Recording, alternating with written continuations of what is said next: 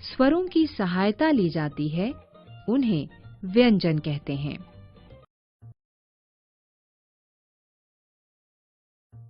हिंदी के 33 व्यंजन होते हैं।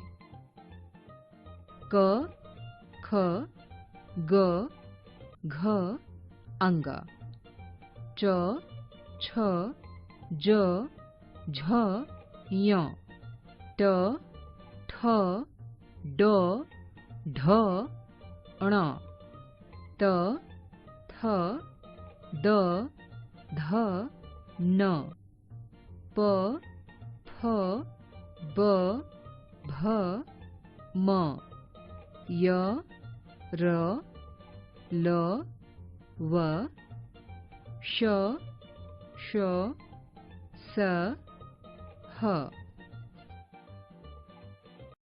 हिंदी के 2 अन्य वर्ण होते हैं, अण, अढ़।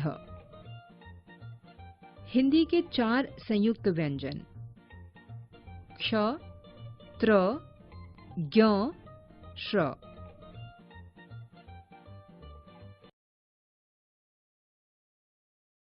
व्यंजन के भेद। व्यंजन के निम्नलिखित 3 भेद होते हैं: स्पर्श, अंतस्थ, ऊष्म। स्पर्श व्यंजन की परिभाषा। जिन व्यंजनों के उच्चारण के समय श्वास वायु और जिह्वा मुख के अलग-अलग भागों को स्पर्श करती है, उन्हें स्पर्श व्यंजन कहते हैं। ये 25 हैं: कवर्ग क, ख, ग, घ, अंग। चवर्ग च, छ, ज, झ, य। टवर्ग ट, ठ, ड, ढ, अण। तवर्ग त, थ, द, ध, न। पवर्ग प, फ, ब, भ, म। अंतस्थ व्यंजन की परिभाषा। जिन वर्णों का उच्चारण करते समय जिह्वा मुख के किसी भी भाग को स्पर्श नहीं करती, अतः उन्हें अंतस्थ व्यंजन कहते हैं। ये 4 हैं: य, र, ल, व। इनका उच्चारण स्वर तथा व्यंजन का मध्यवर्ती सा होता है। ऊष्म व्यंजन की परिभाषा। जिन वर्णों के उच्चारण में मुख से विशेष प्रकार की गर्म ऊष्मा निकलती है, उन्हें ऊष्म व्यंजन कहते हैं। ये 4 हैं: श, श, स, ह।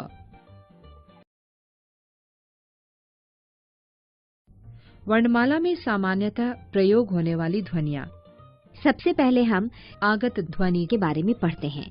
आगत ध्वनियाँ अंग्रेजी भाषा के शब्दों को हिंदी भाषा में लिखते समय औ ध्वनि का प्रयोग किया जाता है, जैसे कॉलेज, ऑफिस आदि। हलंत चिह्न की परिभाषा। जब किसी व्यंजन का प्रयोग स्वर से रहित किया जाता है, तब उसके नीचे एक तिरछी रेखा लगा दी जाती है। यह रेखा हलंत कहलाती है, जैसे क, ख इत्यादि। अयोगवाह। अंग और अह अयोगवाह कहलाते हैं। अयोगवाह के संबंध में ध्यान देने योग्य बात। वर्णमाला में इनका स्थान स्वरों के बाद और व्यंजनों से पहले होता है।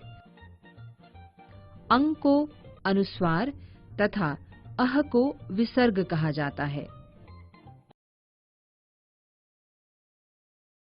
अयोगवाह के उदाहरण हैं चंचल, मंगल, प्रातः, अतः आदि। यहाँ अंग अनुस्वार तथा अह विसर्ग है।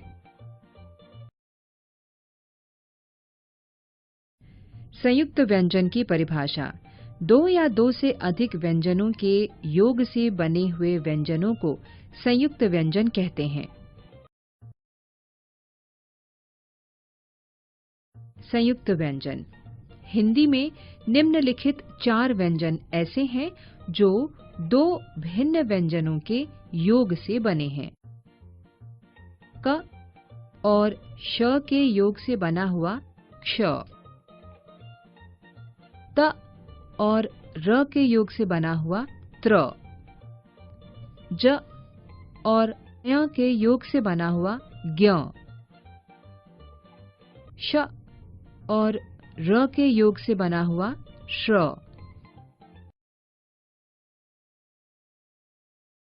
संयुक्त व्यंजन बनाने के कुछ नियम इस प्रकार हैं। खड़ी पाई वाले व्यंजनों का संयुक्त रूप बनाने के लिए पाई को हटा दिया जाता है, जैसे बच्चा, पत्ता।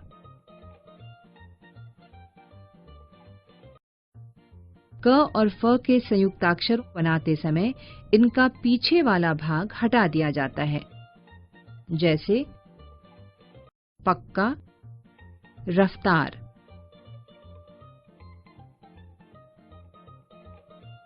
बिना पाई वाले व्यंजनों के संयुक्ताक्षरों में हल चिन्ह का प्रयोग होना चाहिए, जैसे लट्टू, विद्या।